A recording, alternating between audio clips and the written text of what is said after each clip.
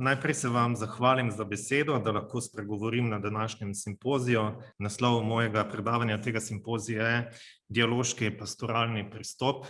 Zdaj ne zagotavljam vam, da bomo odkrili toplo vodo, ampak mogoče naredili kakšno majhno refleksijo nad tem, kar delamo v bistvu v pastorali. Najprej si postavimo torej vprašanje, kako v cerkvi komuniciramo. Bauman pravi, če dva interpreta, ki sta medsebojnem nasprotju, trdita, jaz imam prav, moje razumevanje besedila je pravilno, potrebno za odrešenje bo prišlo do spopada, torej tisti S. V primeru, da dva nasprotnika se strinjata, da je besedilo na razpolago da so na razpolago različne interpretacije, vedno nove in originalne, bosta lahko začela z dialogom in kdorkoli se odpre dialogu, več ne ubija, zato ker Bauman pravi tako, zgodovina je polna pokolov, masovnih pobojev, povezanih z eno in edino resnico. Ein Volk, ein Reich, ein Führer. Ena politična stranka, ena zgodovinska razsodba, ena smer razvoja, en način, kako biti človeški, ena znanstvena ideologija, en resničen pomen, ena resnična in veljavna filozofija. V vseh teh ena se skriva eno in isto sporočilo. Le nekateri imajo pravico do monopola moči, vsi ostali imajo dolžnost totalitarnega uboganja. Z ene strani cerkev zaskrbljenostjo spremlja te spremembe. Z ene strani je torej katoliška cerkev ena sveta, katoliška in apostolska, teologija, doktrinalno in moralno učenje ostajajo nespremenjeni, nespremenljivi in nedotakljivi. Z druge strani pa smo z zaskrbljenostjo spremljamo vse te spremembe. In kardinal Sarah pravi o tem, pastirji, škofje in duhovniki danes pri učenju so neusklajeni, leporečijo in so v protislovju. Vsak uveljavlja svoj nauk z gotovostjo. Posledica tega je zmanjšana, je pač dvoumje in pa tudi odpad od cerkve. Zato mnogi verni kristjani danes izgubljajo orientacijo in so zmedeni. O tem je prej govorila tudi Iva, o tem je govoril tudi Matjaž in drugi moji predhodniki. Zdaj, kar bi rad povedal, nekih takih zanimivih dejstev je, recimo 7 teh zanimivih dejstev. Recimo ena stvar je izvotlitev pomena besed. Torej, zmanjšuje se vsebina besede, hkrati pa opažamo več nasilja v družbi. Zato, ker se komunikacija bolj kot ne začenja tudi z novimi mediji reducirati na izmenjavo informacij. Potem imamo vse več sovražnega govora. Tu lahko vidimo, ne vem, velike številke, 2600 primerov, recimo od leta 2005 do 2019 evidentiranih primerov. Potem recimo pastorala v spletu v korona obdobju, nekaj o tem je govorila Iva. V bistvu lahko vidimo, da so se v zvezi s tem, so bili duhovniki in tudi drugi zelo aktivni, ampak bistveno vprašanje, ki si jih je med temi postavilo le malo ljudi, je, kaj ljudje v tem trenutku potrebujejo od cerkve.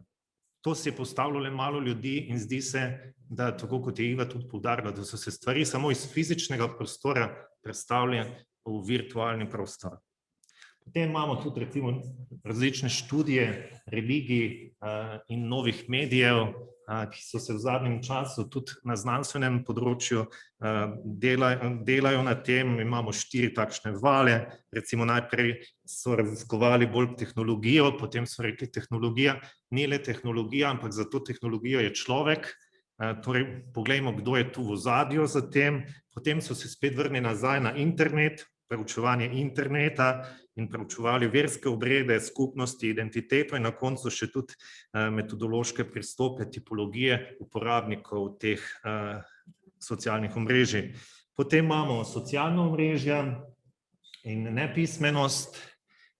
Ta nepismenost ni toliko v tem, da ne bi znali uporabljati tehnologije, kot pa bolj kulturna nepismenost, torej neprepoznavanje ozadij, ki so politična, ekonomska in druga. In pa kardinal Sarr na koncu tudi opozarja, pravi takole, da cerkev v Evropi je v krizi in da je ta kakor rak, ki načenja telo od znotraj, izpostavi aktivizem, ki izrinja molitev, desakralizacijo, potem spreminjanje teologije v tehnologijo ali politiko in tako naprej. Papež Frančišek je tudi kakšen dan nazaj povedal kardinalu Marksu, torej, ko ga je prosil za odstop in potrdi, torej, da cerkev je v krizi, vendar poudari bistveno. Ven iz krize bomo prišli kot občestvo, torej skupaj. Torej, kako v cerkvi komuniciramo med seboj in z drugimi. Boste rekli, da to, kar si nam predstavil, je bilo bolj, kako drugi komunicirajo z nami, kot pa mi z drugimi. Ne? Res je, ampak poglejmo, zakaj do tega prihaja, kaj smo videli. Ne? Poglejmo recimo organigram Slovenske škofovske konference. Lahko vidite, med to množico delovnih teles, 23 delovnih teles, je težko vzpostaviti nek dialoški sistem.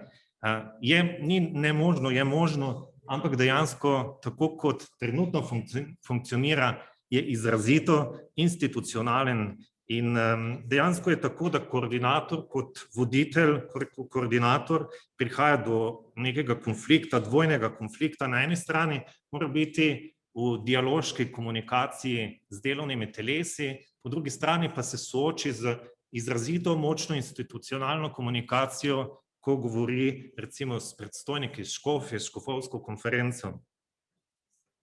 Torej, trenutna postavitev ustreza izrazito institucionalnemu komunikacijskemu modelu. Po mnenju Manuela Castellsa, pa danes v mrežni družbi ne funkcioniramo, če nismo v relaciji. Torej, relacija, ali bi rekel temu tudi dialog, sta tista, ki pomagata k temu boljšemu komuniciranju.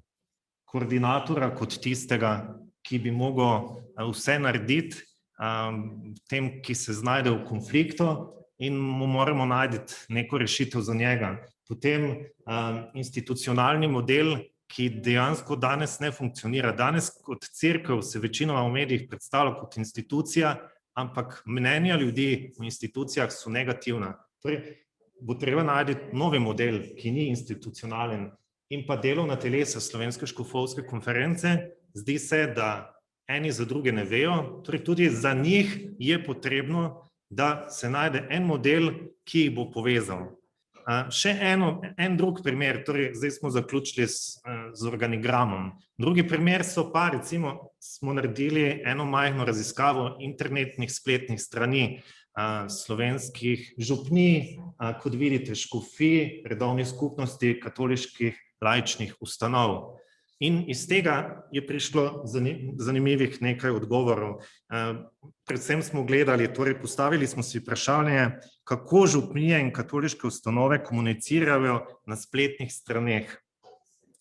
Gledali smo torej 4 področja, torej oblikovno, slikovno podobo, fotografske vsebine, sporočilnost teh vsebin in pa opise dejavnosti, torej aktivnosti. Torej, oblikovna podoba spletnih strani.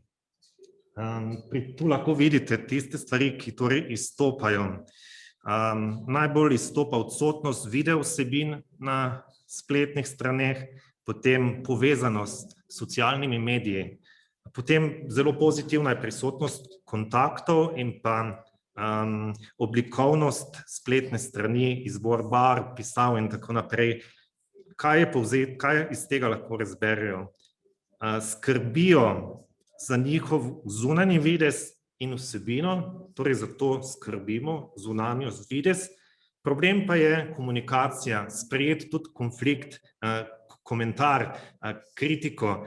To je pa seveda preko teh due punto zero medijev, tistih, ki ti omogočijo, da lahko sprejmeš tudi kritiko. Potem, če pogledamo fotografije, iz fotografij je razvidno to, da je kar 25% slabih fotografij, danes smo vsi fotografi, in tudi to, da je 50% fotografij preveč, tam vidite količino in tisti zgornjo obkroženo pomeni, koliko je v bistvu preveč teh fotografij. Torej izbor bistvenega, ne pa kar balasta. Tudi to se precej pojavlja. Torej pomeni, da strani urejajo običajno amaterski fotografi, znajo povezati verske vsebine s fotografijami in verskimi simboli, odsotnost verskih voditeljev na fotografijah pa kaže tudi na dejstvo, da se ne želijo izpostavljati v medijih in da mogoče so tudi oni sami tisti, ki so oblikovalci teh spletnih strani oziroma fotografi. Vsebine, če pogledamo na vsebine, lahko iz tega vidimo, da so zelo dobre, da se ujemajo z naslovi, aktualne, jasne, primerne in brez večjih slovničnih napak. Najdemo tudi duhovne teme, pomanjkljivost pa je odsotnost hipertekstualnosti, torej danes je to, kot da bi bil brez rok, vsepovsod moraš imeti še dodatne linke, da te poveže z ostalimi, ker pomembno je, da je tekst kratek, ampak da je poleg tega, da je kratek, da imaš povezavo z razširitvijo teksta. Potem ni kratkih povzetkov, če hočemo gosta nekaj časa obdržati ali pa sploh, da bo prebral kaj več kot naslov, je potreben kratek povzetek na začetku. In tega ni, tega še se v bistvu ni prišlo na naše spletne strani. Če pogledamo še dejavnosti, iz tega vidimo, da največji poudarek, pač to je kritično to, gledajte, Karitas je tisti, ki je v medijih najbolj pozitivno, v slovenskih medijih najbolj pozitivno izpostavljen, na naših spletnih straneh pa je najslabše predstavljen. Tako, povzetek bi lahko bil takšen, močne točke so to, da vsebine so da se zelo dobro ujemajo z naslovi, so aktualne, jasne, primerne in brez večjih slovničnih napak. Fotografi v bistvu so dobri, poznajo vsebino, tudi lepo povežejo simboliko katoliško, šibke točke so pa potem objavljenim besedilom manjkajo bistveni elementi spletnega komuniciranja, potem manjkajo povzetki, velik delež amaterskih fotografij, odsotnost verskih voditeljev in tako naprej. Tako, čas mi že poteka, zato bi izpostavil to, da pri organigramu Slovenske škofovske konference in pri pogledu spletnih strani slovenskih katoliških spletnih strani je preveč institucionalno poudarjenega komuniciranja, kar bi bilo potrebno, kar v mrežni družbi ni efektivno in ne daje dobrih rezultatov. Torej, delovna telesa, kaj bi lahko naredili recimo organigramu Slovenske škofovske konference, SŠK-ja. Namreč to, da bi jih lahko formalno povezali ali pa neformalno, formalno z raznimi študijskimi kongresi in tako naprej, kjer bi bili vsi v eni dvorani sklicani. Zdaj imamo problem, da se sploh ne poznajo. Potem druga stvar pa tudi neformalna srečanja, ki bi lahko bila ob kakšnih pitnikih ali ob kakšnih drugih, ne vem, kulturnih, filmskih ali glasbenih večerih ali pa kakih bolj preprostih okroglih mizah. Hvala lepa za pozornost.